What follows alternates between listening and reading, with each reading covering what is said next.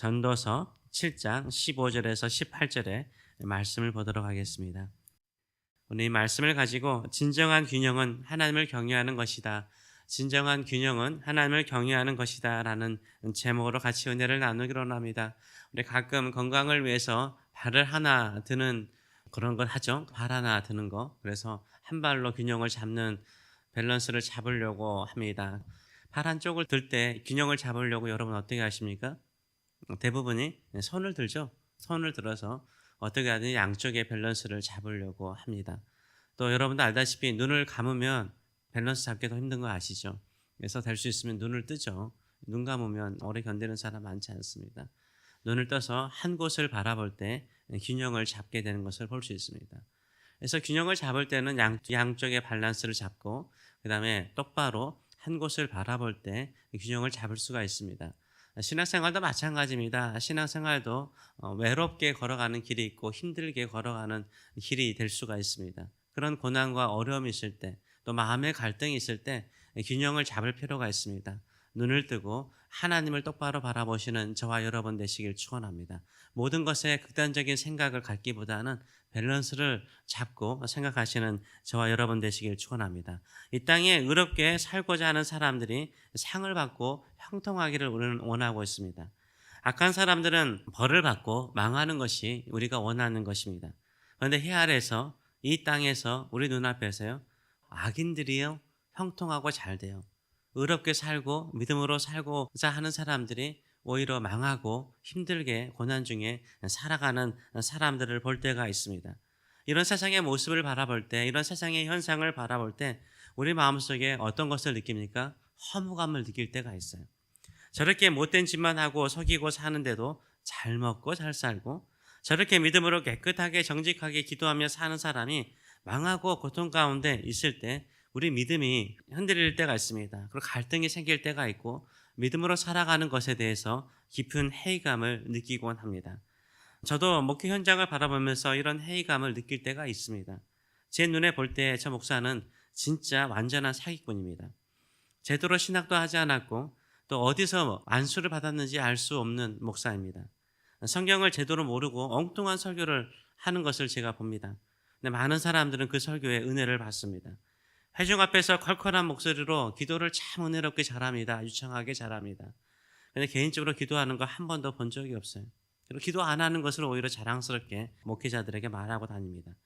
맨날 목사들 모아놓고요, 패거리 만들어서 교회 정치합니다. 완전히 날라리 목회자입니다. 그런데 사람들이 좋아해요. 이상하게 좋아해요. 교회는 큰 교회를 이루는 것을 복원합니다. 하나님께서 어떻게 저런 사람에게 저렇게 순수한 성도들을 맡기셨나, 이렇게 따지고 싶을 정도로 회의감을 느끼게 만드는 목회자가 있습니다. 그런데 잘 먹고 잘 살고 목회도 좋은 열매를 맺는 것처럼 보입니다. 근데 제 눈에 볼 때는 이 목사님은 정말 신실하세요.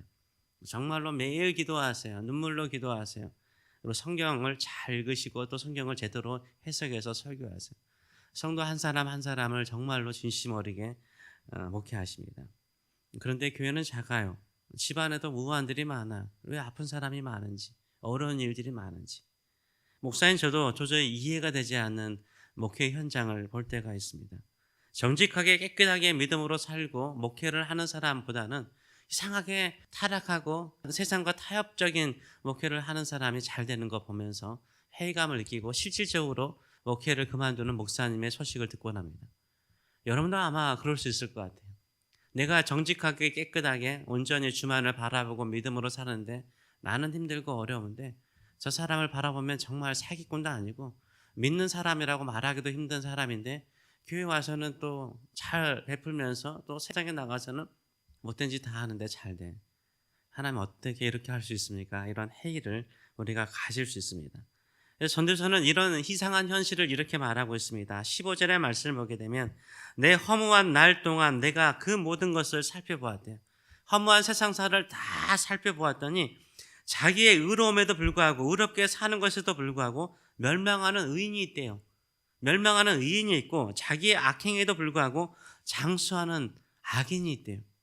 그렇게 악을 행해도요, 오히려 장수하고 잘 되는 악인이 있다라고 말하고 있어요. 자신의 인생이 허무하다라고 말하고 있어요. 왜요? 착한 사람이 착하게 살다가 망하는 것을 자주 보았기 때문이고요. 나쁜 사람이 못되게 살면서 장수하다가 편히 죽는 것을 보았기 때문이라고 말하고 있어요. 그래서 내린 결론이 무엇입니까? 16절과 17절의 말씀을 보게 되면 지나치게 의인이 되지도 말며 지나치게 지혜자도 되지 말라. 어찌하여 스스로 패망하겠느냐? 지나치게 악인이 되지도 말며 지나치게 우매한 자도 되지 말라. 어찌하여 기한 전에 죽으려고 하느냐라고 말을 하고 있어요. 너무 착하게 살지 말래요. 너무 착하게 살지 말래요. 너무 착하게 살다가 망할 이유가 뭐가 있냐? 이렇게 말하고요. 너무 악하게 살지도 말래요.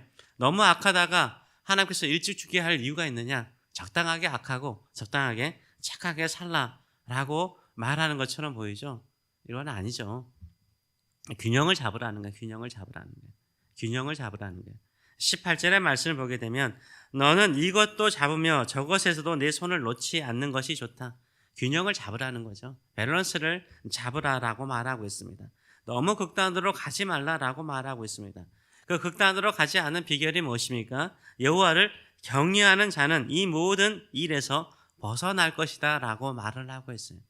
그래서 우리가 극단적인 판단, 극단적인 결정을 하지 않고 밸런스 있게 균형 있게 살아가는 비결은 무엇입니까?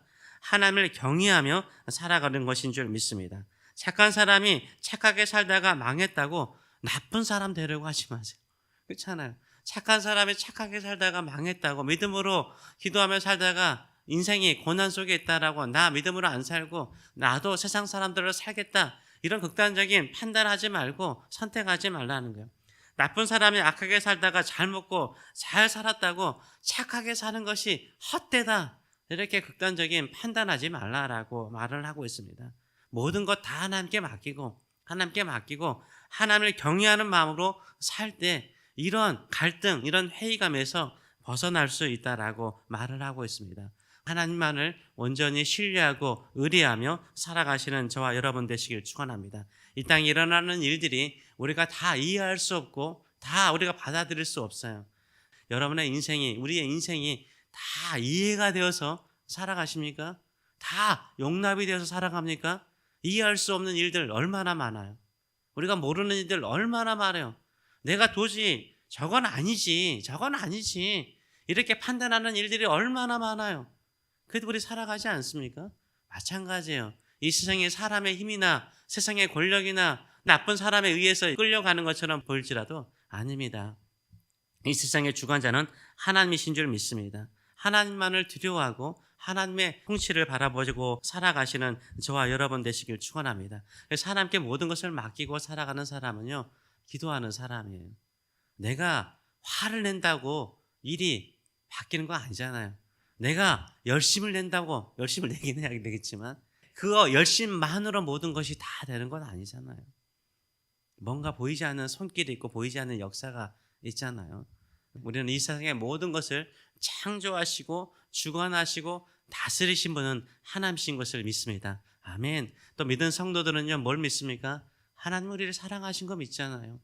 우리 주 예수 그리스도를 이 땅에 보내셔서 우리의 모든 것을 담당하시고 십자가에서 죽으신 예수 그리스도를 통해서 하나님 아버지의 사랑을 확실하게 보여주셨어요.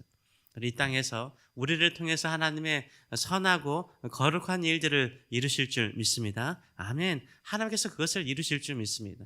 우리 처형이 어제 갔는데 기도에 대해서 이야기할 때 그런 말씀을 하시더라고요. 새벽에 와서 막 처형이 그 집안의 첫째 참으로 예수를 믿었잖아요. 참으로 예수를 믿고 교회 다니고 이제 동생들 또 우리 장인 어르신도 교회 다니셨던 그렇게 이끌었는데 기도할 때 기도하고 밖을 나가면 그렇게 기분 좋았대요. 하나님께서 나와 나의 자녀들을 통해서 집안을 통해서 크신 일을 이루실 것이라는 이 아브라함과 같은 마음이 확 생기더래요.